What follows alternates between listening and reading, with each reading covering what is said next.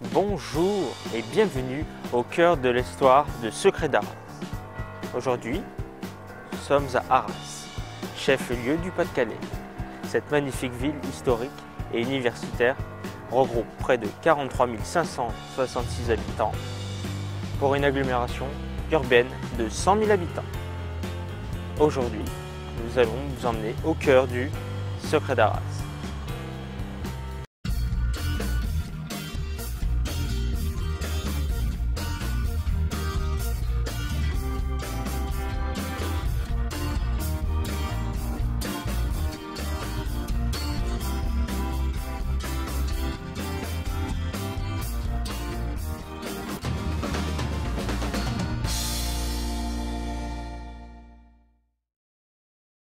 Aujourd'hui, nous visiterons l'une des plus belles villes des Hauts-de-France. Une ville chargée d'histoire. Nous visiterons la place des Héros et la Grand Place avec leurs magnifiques maisons. Nous nous percherons en haut du magnifique beffroi qui est d'ailleurs devenu en 2015 le monument préféré des Français. Nous visiterons également la place Victor Hugo et terminerons à la citadelle aux vestiges de l'histoire d'Arras, imaginée par Vauban. Bonne visite! À L2, les places représentent 17 000 m² de pavés historiques. Elle fut alors à l'origine construite et pensée par les marchés. D'ailleurs, au XIe siècle, Arras était le centre principal de l'activité marchande. Aujourd'hui, ces deux places sont inscrites au patrimoine mondial de l'UNESCO. Et les touristes affluent du monde entier pour venir les voir. La place des Héros était tout d'abord destinée à recevoir de vastes marchés. Elle contribua légèrement aux différentes périodes de prospérité que connut la ville. D'ailleurs, aujourd'hui encore, le marché à la côte. Il se déroule tous les mercredis et samedis matins. L'architecture des places d'Arras est unique en France et suscite l'intérêt du monde entier, avec ses 155 façades de style baroque flamande. La plupart des maisons datent du XVIIIe siècle. Et à cette époque, elles étaient construites, même si par souci d'urbanisme, il est recommandé de construire en pierre ou en briques. Un certain nombre de maisons ont été détruites par la Première Guerre mondiale, mais heureusement reconstruites à l'identique, pour le plus grand plaisir des visiteurs. Elles sont donc plus majestueuses qu'elles laissent transparaître une harmonie renforcée par les 347 colonnes. Et la grande originalité réside dans les pignons des hauteurs différentes. Les maisons qui concernent la Grand Place abritent jadis les riches greniers et datent pour la plupart XVIIe et XVIIIe siècle. Si elles furent une grande partie démolies, au cours de la Première Guerre mondiale, elles furent reconstruites pierre par pierre après 1918, dans une apparence que l'on imagine fidèle à celles qui furent auparavant, même si elles étaient jadis en bois et non en pierre et en briques. Leur façade, quant à elle, présente de nombreuses enseignes sculptées telles que des cloches, hommes, gerbes de blé et autres chaudrons. En 1790, il y eut sur la Grande Place d'Arras la fête de la Fédération qui anticipa la grande manifestation parisienne que la France est connue ensuite. La place des Héros, anciennement Petite Place, est quant à elle le berceau du beffroi. Les places d'Arras présentent des caractéristiques communes avec le style que l'on retrouve en Europe du Nord, Pays-Bas, Belgique, Allemagne. Les deux places sont reliées entre elles par la rue de la Taillerie qui fut l'emplacement de la Halendra. Taillerie signifie mesure. En 1463, la ville entreprend la construction du beffroi, qui à l'époque marquait les libertés communales et accessoirement le tour de quai en cas d'invasion ennemie. Il ne sera achevé qu'en 1554. En 1572, le corps de logis gothique est complété par une aile de style Renaissance, puis à nouveau agrandi en 1658. Ce monument s'inspire du style gothique et ressemble étrangement au beffroi flamand. Le beffroi fut en grande partie détruite par la Première Guerre mondiale, octobre 1914, et reconstruite de 1924 à 1932. Inscrit en juillet 2005 au patrimoine mondial de l'UNESCO avec 22 autres beffrois de la région.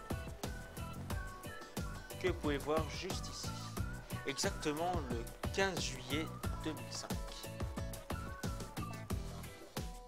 Dans la région, on attacha beaucoup d'importance à la reconstruction à l'identique qui nécessita de nombreux fonds. On utilisa donc les matériaux retrouvés sur le site. L'hôtel de ville abrite actuellement l'office de tourisme et les salles du conseil municipal. L'intérieur de l'hôtel de la ville est remarquable pour ses boiseries sculptées dans la salle d'honneur. Les géants d'Arras figurent de proue de fête comme de nombreuses villes du nord de la France.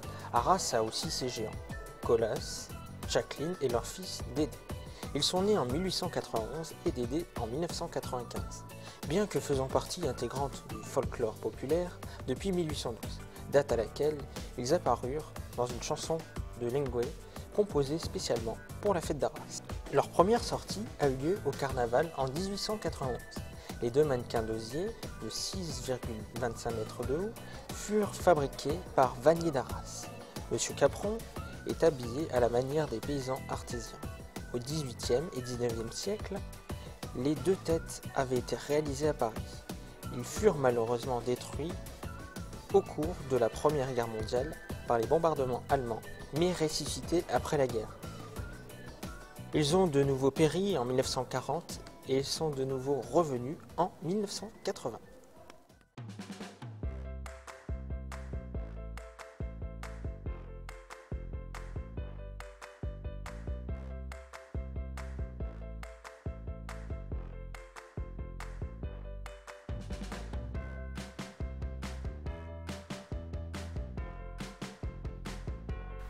La place Victor Hugo est une œuvre effarante qui date du XVIIIe siècle, pendant la période pré-révolutionnaire.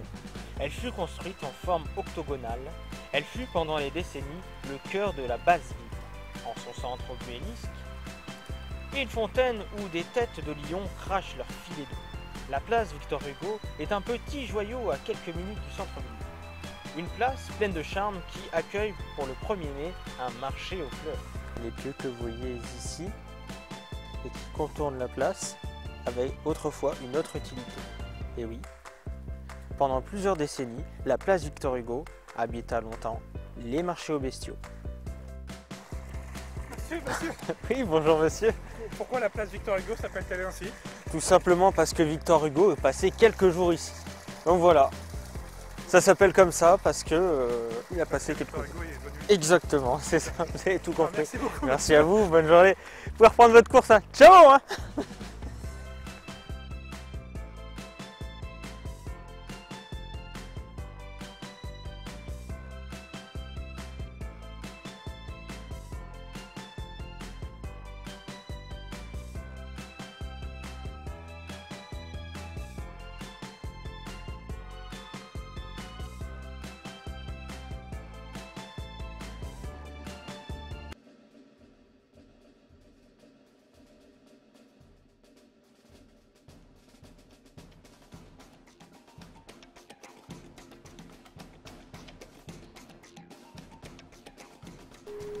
Nous sommes devant la célèbre citadelle d'Arras, édifiée par Vauban sous Louis XIV.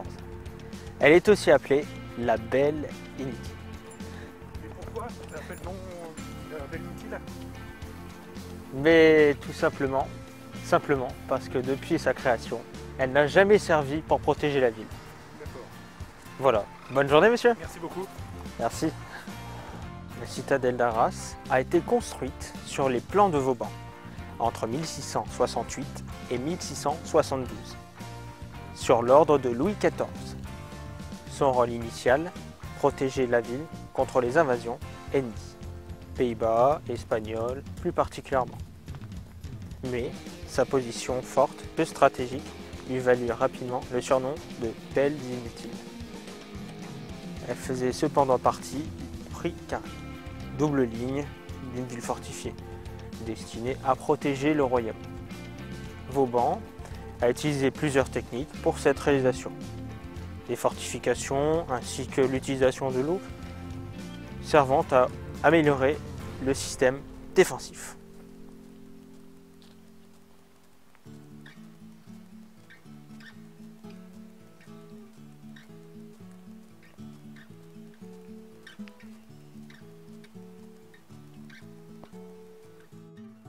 le Crachon aura participé à l'élaboration de la citadelle en permettant d'inonder ces fossés et de servir de source d'eau pour abreuver les chevaux. C'est d'ailleurs cette position proche du Crachon et du ruisseau Safiac qui motiva le choix de leur placement de la citadelle entre les portes d'Amiens et de Acru.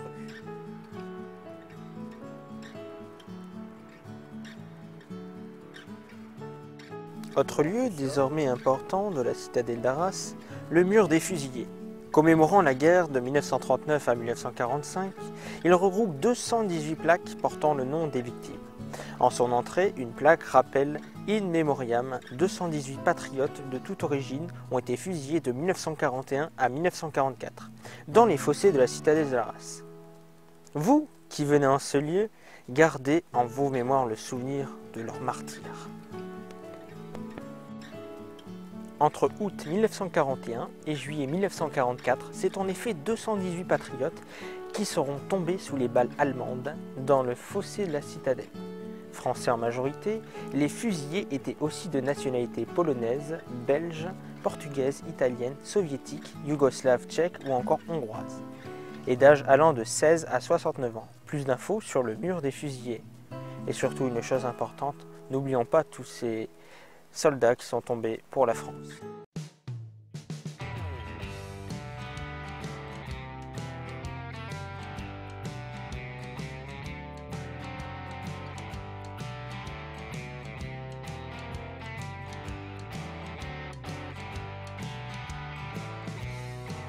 Nous aurions pu visiter de nombreux autres monuments, tellement la ville d'Arras est riche en histoire. Mais nous avons décidé de vous montrer les principaux. Et encore, c'est ainsi que se termine notre conte burlesque sur la ville d'Arras. Retrouvez-nous prochainement dans une nouvelle émission de Secret 2.